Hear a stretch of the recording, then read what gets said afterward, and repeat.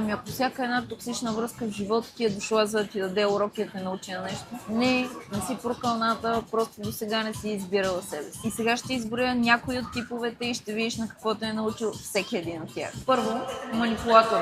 Дошъл е, за да спреш да се доказваш, да се извиняваш, да се гърчиш, за да угаждаш. Маминият син. Дошъл е, за да ти научи, спреш да се свиваш, да паснеш на нечи очаквания. Скъперникът ти е показал, че се поставила на последно място, ама всъщност заслужаваш повече. Женкарят ти показва, че все още търсиш любов, през сравняване, ревноваване и нужда от одобрение. Нарцисистът е бил там, за да ти покаже, че си пренебрегвала един човек най-много.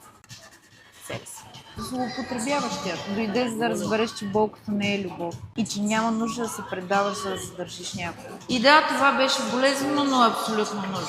Въпросът е, ще продължиш ли да пренебрегваш знаците или ще избереш себе си. Ако това видео ти е харесало, постави сърце в коментарите. Аз съм Алис, нова инсайт и до нови срещи.